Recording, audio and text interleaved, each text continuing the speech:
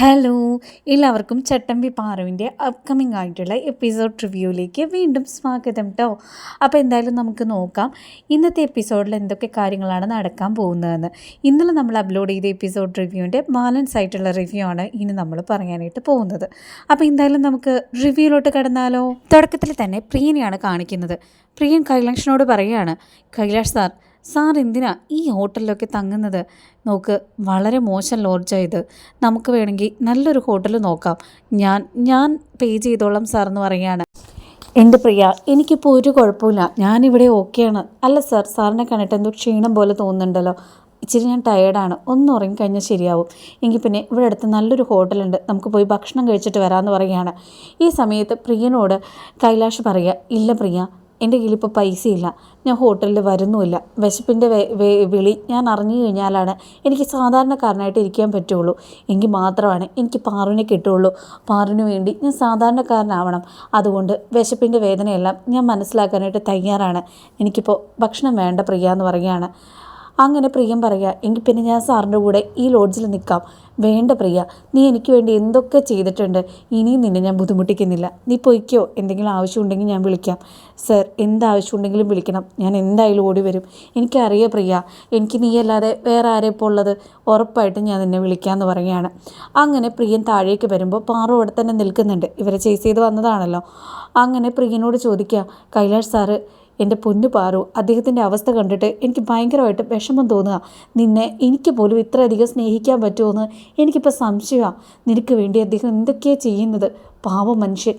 ഞാൻ എല്ലാത്തിനും തെറ്റ് ചെയ്തത്. നിനക്ക് ഏറ്റവും ചേർന്നത് കൈലാഷ് സാറ് തന്നെയാണെന്ന് പറയുകയാണ്. ഈ സമയത്ത് പാറു പറയുകയാണ്, പ്രിയൻചേട്ടൻ, എന്താ പ്രിയൻചേട്ടൻ ഇങ്ങനെയൊക്കെ പറയുന്നത്? കൈലാഷ് സാറാണ് എനിക്ക് ചേർന്നതെന്നോ?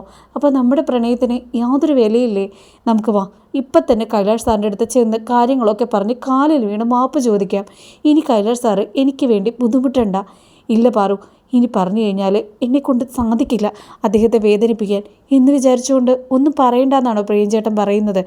എന്നല്ല പാറു, എപ്പോഴും പറയുന്നത് പോലെ സമയവും സാഹചര്യവും ഒരുപോലെ കോർത്തിണക്കി വരട്ടെ, അതിനുശേഷം നമുക്ക് പറയാമെന്ന് പറയുകയാണ്. അടുത്ത സീനിലാണെങ്കിൽ നമ്മുടെ ഭൂമിക PKRനെ വിളിച്ച് പറയുകയാണ്, അവനൊരു ലോഡ്ജിലാണ് തങ്ങുന്നത്, അതും സാധാരണ ഒരു ലോഡ്ജിൽ. ഇപ്പോൾ എന്തായാലും നിങ്ങൾ ചെന്ന് വിളിക്കേണ്ട, അവന് ദേഷ്യം കൂടത്തേ ഉള്ളൂ, ഒന്ന് തണുക്കട്ടെ, നാളെ രാവിലെ പറഞ്ഞ് മനസ്സിലാക്കാമെന്ന് പറയാം. ഈ സമയത്ത് PKR പറയുകയാണ്, ഭൂമിക്ക് പഴയ കൈലാഷാണ് അവനെങ്കിൽ ഞാൻ പറഞ്ഞാൽ മനസ്സിലാവും അവന്. പക്ഷേ ഈ കൈലാഷിനെ എന്നെക്കൊണ്ട് ഹാൻഡിൽ ചെയ്യാൻ പറ്റില്ല, അതിന് നിൻ്റെ സഹായം വേണം, നീയും എൻ്റെ കൂടെ നാളെ വരണം എന്ന് പറയുകയാണ്. ശരിയെന്ന് പറയുകയാണ്. ഈ സമയത്ത് പാറു അവിടേക്ക് വരാണ്. PKR സാറിനോട് പറഞ്ഞു മാഡം എന്ന് ചോദിക്കുക. എന്നെയും കൂടെ വിളിച്ചിട്ടുണ്ട് പാറു എന്ന് പറയുകയാണ്. പാവം കൈലാഷ് സാറ്, എങ്ങനെയെങ്കിലും മാഡം പറഞ്ഞ് മനസ്സിലാക്കണം. എൻ്റെ മനസ്സിൽ കൈലാഷ് സാറില്ല.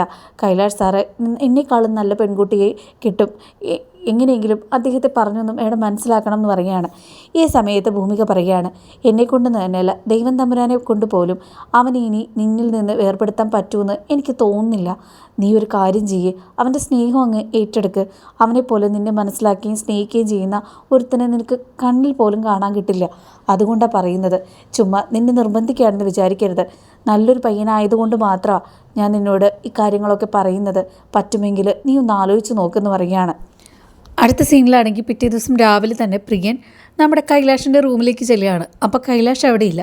അപ്പോൾ അവിടെയാണെങ്കിൽ ആ പയ്യനുണ്ടല്ലോ, ഇവിടെയൊക്കെ നോക്കി നടത്തുന്ന പയ്യൻ, ലോഡ്ജൊക്കെ, ആ പയ്യൻ പറയുകയാണ്, സർ, നിങ്ങളുടെ ഫ്രണ്ടിനെ കാണാൻ വന്നതാണെങ്കിൽ ഇവിടെ ഇല്ല, വാർക്കയുടെ മുകളിൽ പോയി കിടക്കുന്നുണ്ട്. ഞാനാ പറഞ്ഞു വിട്ടത്, ഇവിടെ ഭയങ്കര ചൂടായത് കാരണം അദ്ദേഹം അവിടെ പോയി കിടന്നു, അവിടെ ഉണ്ടെന്ന് പറയുകയാണ്. അങ്ങനെ പ്രിയനാണെങ്കിൽ വാർക്കയുടെ മുകളിൽ ചെല്ലുമ്പോൾ നമ്മുടെ കൈലാഷ് കൊതുകടിയിൽ ഇങ്ങനെ കിടക്കുകയാണ്. സാർ, എന്താ സാർ ഇത്? സാറിനെ കൊതുക് അടിച്ചിട്ട് സാറിന് കിടക്കാൻ പറ്റുന്നുണ്ടോ? എൻ്റെ പൊന്നു പ്രിയ, എനിക്കിപ്പോൾ ഇതൊന്നും ഒരു വിഷയമല്ല, എനിക്ക് നന്നായിട്ട് ഇവിടെ ഉറങ്ങാൻ പറ്റുന്നുണ്ട്, ഞാനിവിടെ ഹാപ്പിയാണ് പ്രിയ എന്ന് പറയുകയാണ്.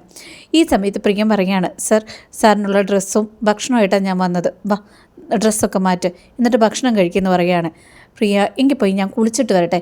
താൻ എന്തിനാടോ ഇത്രയും കഷ്ടപ്പെട്ടത്? എനിക്കൊരു കഷ്ടപ്പാടുമില്ല സാർ കുളിച്ചിട്ട് വാ, ഞാനിവിടെ നിൽക്കാമെന്ന് പറയുകയാണ്. ഈ സമയത്ത് കൈലാഷ് കുളിക്കാൻ പോയ ഗ്യാപ്പിന് പ്രിയനാണെങ്കിൽ പാറുവിനെ വിളിക്കുകയാണ്. പാറു, എന്തായി? വാർഡൻ മേഡവും അതുപോലെ തന്നെ PKR സാറും അവിടെ നിന്ന് ഇറങ്ങിയോ? ഇറങ്ങിയിട്ടുണ്ട്, ഇപ്പം തന്നെ ലോഡ്ജിലേക്ക് വരുമെന്ന് പറയുകയാണ്. എങ്ങനെയെങ്കിലും അവർ തമ്മിൽ വഴക്കില്ലാതിരിക്കാനായിട്ട് പ്രിയൻ ചേട്ടാ പ്രത്യേകം ശ്രദ്ധിക്കണം എന്ന് പറയുകയാണ്. അപ്പോഴേക്കും പ്രിയം പറയുകയാണ്, എൻ്റെ പൊന്നു പാറു, നിനക്ക് വേണ്ടി സാറ് കാണിക്കുന്നത് കണ്ടിട്ട് സത്യം പറഞ്ഞാൽ എൻ്റെ കണ്ണ് നിറഞ്ഞു പോവാണ്. എങ്കിൽ നമുക്ക് തുറന്നു പറയാം പ്രിയൻ ചേട്ടാന്ന് പിന്നെയും പാറു പറയുകയാണ്. പക്ഷേ പ്രിയൻ അതിനൊന്നും തയ്യാറാവുന്നില്ല കേട്ടോ. അങ്ങനെ നമ്മുടെ കൈലാഷ് കുളിക്കുന്ന സമയത്ത് അവിടേക്ക് ഭൂമികയും അതുപോലെ തന്നെ PKRും വരികയാണ്. അങ്ങനെ കൈലാഷ് നിൽക്കുന്ന ലോഡ്ജും ആ റൂമും ഒക്കെ കണ്ടിട്ട് അവർക്ക് ആകെ വിഷമം തോന്നുകയാണ്. അങ്ങനെ കൈലാഷ് ഇറങ്ങി വരികയാണ്. പ്രിയ, നീയാണോ ഇവരിവിടെ കൊണ്ടുവന്നത്? എന്തിനാ എന്നെ കാണാനായിട്ടാണോ നിങ്ങൾ ഇവിടെ വന്നത്? എന്തിനെവിടേക്ക് വന്നതെന്ന് ചോദിക്കുകയാണ്. ഈ സമയത്ത് PKR പറയുകയാണ്, മോനെ ഞാൻ പറയുന്നു ഒന്ന് കേൾക്ക്, നീ വീട്ടിലേക്ക് വാ. വഴക്കും ബഹളവും ഇല്ലാത്ത വീടുകളുണ്ടോ? നോക്ക്, നീ ഇങ്ങനെയൊക്കെ കാണിച്ചാൽ എനിക്ക് സൊസൈറ്റിയിൽ ഒരു നിലയും വിലയൊക്കെ ഉണ്ട്, അതിന് കോട്ടം തട്ടും. അത് ശരി, അപ്പോഴും മോൻ വരണം എന്നല്ല, സൊസൈറ്റിയിൽ നിങ്ങളുടെ നിലയും വിലയും പോവരുത്, അതിന് വേണ്ടിയിട്ടാണല്ലേ നിങ്ങൾ ഈ ശ്രമിക്കുന്നത്. എന്തായാലും ഞാൻ വരില്ല. നിങ്ങൾക്കാർക്കും എൻ്റെ വിഷമം പറഞ്ഞാൽ മനസ്സിലാവില്ല. നിങ്ങൾക്കെല്ലാവർക്കും നിലയും വിലയാണ് പ്രശ്നം. ഞാൻ എത്രയോ തവണ പറഞ്ഞു പാർവതിയെ എനിക്ക് വിവാഹം കഴിച്ചു തരാൻ. അപ്പോൾ അമ്മയാണെങ്കിലും അച്ഛനാണെങ്കിലും മിണ്ടാതിരുന്നു. അല്ലാതെ നിങ്ങൾ എന്തെങ്കിലും ചെയ്തോ? അതേസമയം പ്രിയനും ഭൂമിക മേഡവും എൻ്റെ കൂടെ നിന്ന് എൻ്റെ ഫാമിലിയെ പോലെ എന്നെ സപ്പോർട്ട് ചെയ്തു. എനിക്ക് ഇവരേ ഉള്ളൂ, അല്ലാതെ നിങ്ങളില്ല. ഞാൻ ഒരിക്കലും അങ്ങടേക്ക് വരുന്നില്ല. പിന്നെ നിങ്ങളെയും വിലയൊക്കെ പോകുന്നുവെന്ന് അച്ഛന് തോന്നിക്കഴിഞ്ഞാൽ ഞാൻ അച്ഛൻ്റെ മകനല്ലാന്നങ്ങ് പറഞ്ഞേക്ക്. ഞാനും പറഞ്ഞേക്കാം എൻ്റെ അച്ഛനല്ലാന്ന്. അല്ലാതെ അതിനപ്പുറത്തേക്ക് നിങ്ങൾക്ക് യാതൊരു തരത്തിലും ഞാൻ ഇമ്പോർട്ടൻസ് ഇനി തരില്ല എന്ന് പറയുകയാണ്. ഈ സമയത്ത് PKR പറയുകയാണ്, മോനെ ഇങ്ങനെയൊക്കെ പറയരുത്. നോക്ക്, നീ എൻ്റെ കൂടെ വാ. നിനക്ക് വേണ്ടിയിട്ട് ഞാൻ അവിടെ എന്തൊക്കെയാണ് ഉണ്ടാക്കി വെച്ചിരിക്കുന്നത്. നിനക്ക് വേണമെങ്കിൽ ഞാനൊരു ഫ്ലാറ്റ് തന്നെ എടുത്തു തരാം. നിൻ്റെ ഇഷ്ടത്തിന് നീ അവിടെ നിന്നോ. എന്നാലും ഇതുപോലൊരു ലോഡ്ജിൽ നീ നിൽക്കണ്ടെന്ന് പറയുകയാണ്. ഓ പിന്നെ ആദ്യം ഫ്ലാറ്റ് മേടിച്ചതാന്ന് പറയും, പിന്നെ പലതും നിങ്ങൾ പറയും, അവസാനം പാറുവിനെ മറക്കാനും പറയും. എന്നെ കൊണ്ടതിന് സാധിക്കില്ല എന്ന് കൈലാഷ് കട്ടായം പറയുകയാണ്. എനിക്ക് പൈസയും സ്വത്തും സമ്പാദ്യവും ഒന്നും വേണ്ട. എനിക്ക് പാറുവിനോടൊപ്പമുള്ള സന്തോഷകരമായിട്ടുള്ളൊരു ജീവിതം മതി. അതിന് വേണ്ടിയിട്ട് ഞാനിങ്ങനെ തന്നെ സ്വന്തമായിട്ട് അധ്വാനിച്ച് ജീവിച്ചോളാം. അല്ലാതെ അച്ഛൻ്റെ അമ്മയുടെ ചെലവിൽ എനിക്ക് കഴിയുന്ന ഒരു പരിപാടി ഇല്ല എന്ന് പറയുകയാണ്. അപ്പോൾ ഇത് കേട്ടുകൊണ്ട് ഭൂമി ഇടപെടുകയാണ്. മോനെ, നീ എന്തിങ്ങനെയൊക്കെ പറയുന്നത്? നിന്നോട് ഇഷ്ടമില്ലാത്തതുകൊണ്ടാണോ നിൻ്റെ അച്ഛൻ ഈ വെളുപ്പം കാലത്ത് ഇവിടെ വരെ എന്നെ തേടി വന്നത്? ഇന്നലെ അദ്ദേഹം അനുഭവിച്ച ബുദ്ധിമുട്ട് ഞാൻ മാത്രമാണ് കണ്ടത്. നീ ഇതുപോലെയൊന്നും പെരുമാറരുത് അവരോട്. മേഡം നല്ല ആളാണ്. മേഡത്തിന് ഇവരെയൊന്നും അറിയില്ല. ഇവരുടെയൊക്കെ മനസ്സിലിരിപ്പ് എനിക്കേ അറിയുള്ളൂ. ഞാൻ ഇവരുടെ ഇഷ്ടപ്രകാരം ജീവിക്കണം, അല്ലാതെ എൻ്റെ ഇഷ്ടത്തിനും എൻ്റെ ജീവിതത്തിനും ഇവർ യാതൊരു തരത്തിലുള്ള പ്രയോറിറ്റിയും തന്നിട്ടില്ല. അതുകൊണ്ട് ദയവേത് മേഡം ഇവർക്ക് വേണ്ടി സപ്പോർട്ട് ചെയ്യരുത്. പിന്നെ ഇവർക്ക് അത്ര നിർബന്ധമാണ് ഞാൻ വീട്ടിലേക്ക് എന്നുണ്ടെങ്കിൽ പാർവതിയുടെ വീട്ടിൽ ചെന്ന് എനിക്ക് വേണ്ടിയിട്ട് പാർവതിയെ പെണ്ണാലോചിക്കുക. അതിനുശേഷം എന്താണെന്ന് വെച്ചാൽ ഞാൻ ആലോചിക്കാമെന്ന് പറയുകയാണ്. ഇത് കേട്ട പ്രിയനും ഞെട്ടിപ്പോവാട്ടോ. അങ്ങനെ PKR അവിടുന്ന് ദേഷ്യപ്പെട്ട് താഴത്തേക്ക് ഇറങ്ങി വരികയാണ്. ഈ സമയത്ത് ഭൂമിക്കോട് PKR പറയുകയാണ്, കണ്ടോ അവൻ്റെ പിടിവാശി കണ്ടോ, ആര് പറഞ്ഞാലും അവൻ കേൾക്കില്ല എന്ന് പറയുകയാണ്. ഈ സമയത്ത് ഭൂമിക പറയുകയാണ്, ഈ പിടിവാശിക്കൊക്കെ കാരണം ആരാ? നിങ്ങളാ. നിങ്ങൾ എന്തെങ്കിലും ആലോചിച്ച് തീരുമാനമെടുക്ക്. പാർവതിയുടെ അച്ഛനുമായിട്ട് സംസാരിച്ച് ആ കല്യാണം അങ്ങ് നടത്തി കൊടുക്ക്. അവൻ നന്നായിട്ട് ജീവിക്കട്ടെ, എൻ്റെ മോൻ നന്നായിട്ടിരിക്കണം എന്ന് പറയട്ടോ ഭൂമിക. അങ്ങനെ PKRന് മറ്റൊന്നും പറയാനായിട്ടില്ല. ഭൂമിക അവിടെ കിട്ടിയൊരു ഓട്ടവും കയറി പോവുകയാണ്. അങ്ങനെ പാറു ഭൂമികയെ കാത്തിരിക്കുകയാണ്. മാഡം വന്നതും നേരെ തന്നെ മാഡത്തിൻ്റെ അടുത്ത് ചെല്ലാണ്. മാഡം, കൈലാഷ് സാറിനെ കണ്ടോ? സാറ് എന്ത് പറഞ്ഞു? തിരിച്ചു പോയോ? ഇല്ല പാറു, പോയില്ല. PKR പലതവണ നിർബന്ധിച്ചു, എന്നിട്ടും അവൻ പോകാൻ കൂട്ടാക്കിയില്ല. ഞാനും അവൻ്റെ അച്ഛനും മാറി മാറി ഉപദേശിച്ച് നോക്കി, നടന്നില്ല. ഞാനൊന്ന് പറയട്ടെ, നീയല്ലാതെ അവൻ്റെ ജീവിതത്തിൽ മറ്റൊരു ഓപ്ഷനില്ല. അവൻ നിന്നെക്കുറിച്ച് തന്നെ ചിന്തിച്ചുകൊണ്ടിരിക്കുന്നത്. നിനക്ക് വേണ്ടിയിട്ട് നിന്നെപ്പോലെ ആവാനായിട്ടുള്ള ശ്രമത്തിലവൻ. ദയവേത് നീ അവനെ മനസ്സിലാക്ക്. അവൻ്റെ ജീവിതത്തിൽ വെളിച്ചമായിട്ട് നീ അവൻ്റെ ജീവിതത്തിൽ ഉണ്ടാവണം. അല്ലെങ്കിൽ അവൻ ഏത് രീതിയിലാവുമെന്ന് എനിക്കറിയില്ല. ഒരു പെൺകുട്ടിക്ക് വേണ്ടി ഇത്ര അധികം കഷ്ടപ്പെടുമെന്ന് എനിക്ക് സ്വപ്നത്തിൽ പോലും ചിന്തിക്കാൻ കൂടെ പറ്റുന്നില്ല. അത്രയും നല്ല മനുഷ്യനാണ് കൈലാഷ്. പറ്റുമെങ്കിൽ നീ അവൻ്റെ പ്രണയം സ്വീകരിക്കുക. ഈ പ്രശ്നത്തിനൊക്കെ ഒരു പരിഹാരം അതായിരിക്കും എന്ന് പറയുകയാണ്. പാറു ഒന്നും മിണ്ടുന്നില്ല കേട്ടോ. അടുത്ത സീനിൽ പാറു ആണെങ്കിൽ പ്രിയനെ വിളിക്കുകയാണ്. അപ്പോൾ പ്രിയനാണെങ്കിൽ നമ്മുടെ കൈലാഷിന് ഭക്ഷണമൊക്കെ കൊടുത്തുകൊണ്ടിരിക്കുകയാണ്. ഈ സമയത്ത് പാറുവിൻ്റെ കോൾ വന്നതും പ്രിയൻ എടുക്കുന്നില്ല കേട്ടോ. പ്രിയ, ആരെ വിളിച്ചത്? ഞാൻ നോക്കട്ടെ എന്ന് പറഞ്ഞുകൊണ്ട് പ്രിയൻ്റെ ഫോൺ പിടിച്ചു വാങ്ങുകയാണ് നമ്മുടെ കൈലാഷ്. പാർവതിയാണ് വിളിച്ചത്. എൻ്റെ പ്രശ്നത്തിൻ്റെ പേരും പറഞ്ഞ് താൻ എന്തിനാടോ പാർവതിയോട് മിണ്ടാതിരിക്കുന്നത്? താൻ എടുക്കടോ എന്ന് പറയുകയാണ്. അങ്ങനെ നിർബന്ധിക്കുന്ന കാരണം പ്രിയൻ എടുക്കുകയാണ്. പ്രിയൻ ചേട്ടാ, അവിടെ കൈലാഷ് സാറുണ്ടോ? എനിക്ക് സാറിനോടൊന്ന് സംസാരിക്കണം, ഫോണൊന്ന് കൊടുക്കുമെന്ന് ചോദിക്കുകയാണ്. ഈ സമയത്ത് പ്രിയൻ പറയുക, കൈലാഷ് സാർ താങ്കൾക്കാണ്, താങ്കളോട് പാർവതിക്ക് സംസാരിക്കണമെന്ന്. അങ്ങനെ പാർവതി കൈലാഷിനോട് സംസാരിക്കുകയാണ്. സർ, സർ ഞാൻ പറയുന്നൊന്ന് കേക്ക്. എനിക്ക് വേണ്ടിയിട്ട് സാർ ഇതുപോലെ കഷ്ടപ്പെടേണ്ട. അത്രയും മാത്രം ക്വാളിറ്റി ഉള്ളവളൊന്നും അല്ല ഞാൻ.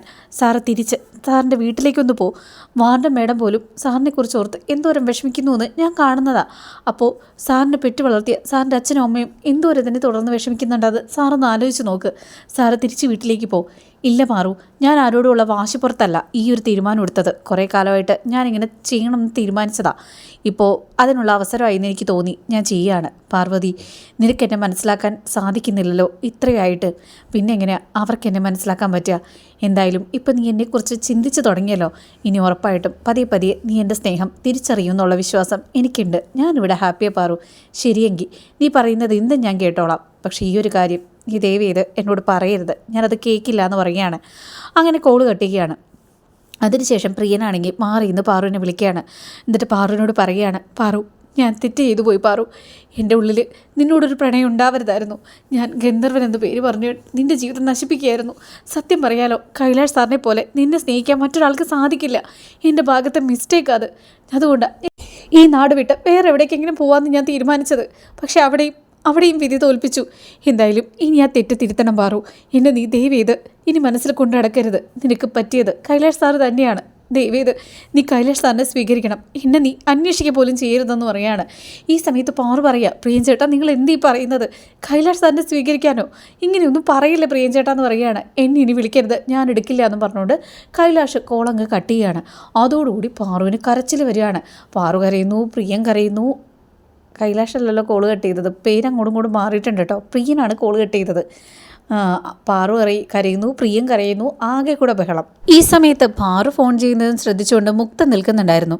അങ്ങനെ മുക്ത മനസ്സിൽ വിചാരിക്കുകയാണ്, അല്ല ഗന്ധർവൻ എന്നൊക്കെ ഇവൾ പറയുന്നുണ്ടല്ലോ, അപ്പോൾ ഇവൾ ശരിക്കും ഗന്ധർവനെ കണ്ടെത്തിയോ? ഈ കാര്യം ഞാൻ അറിയാതെ പോയല്ലോ. എങ്കിൽ പിന്നെ ആ ഗന്ധർവൻ ആരായിരിക്കും? ഒളിഞ്ഞു നിന്ന് ബാക്കിയും കൂടെ കേൾക്കാം എന്ന് പറഞ്ഞ് കുറച്ചങ്ങ് മാറി നിൽക്കുകയാണ്.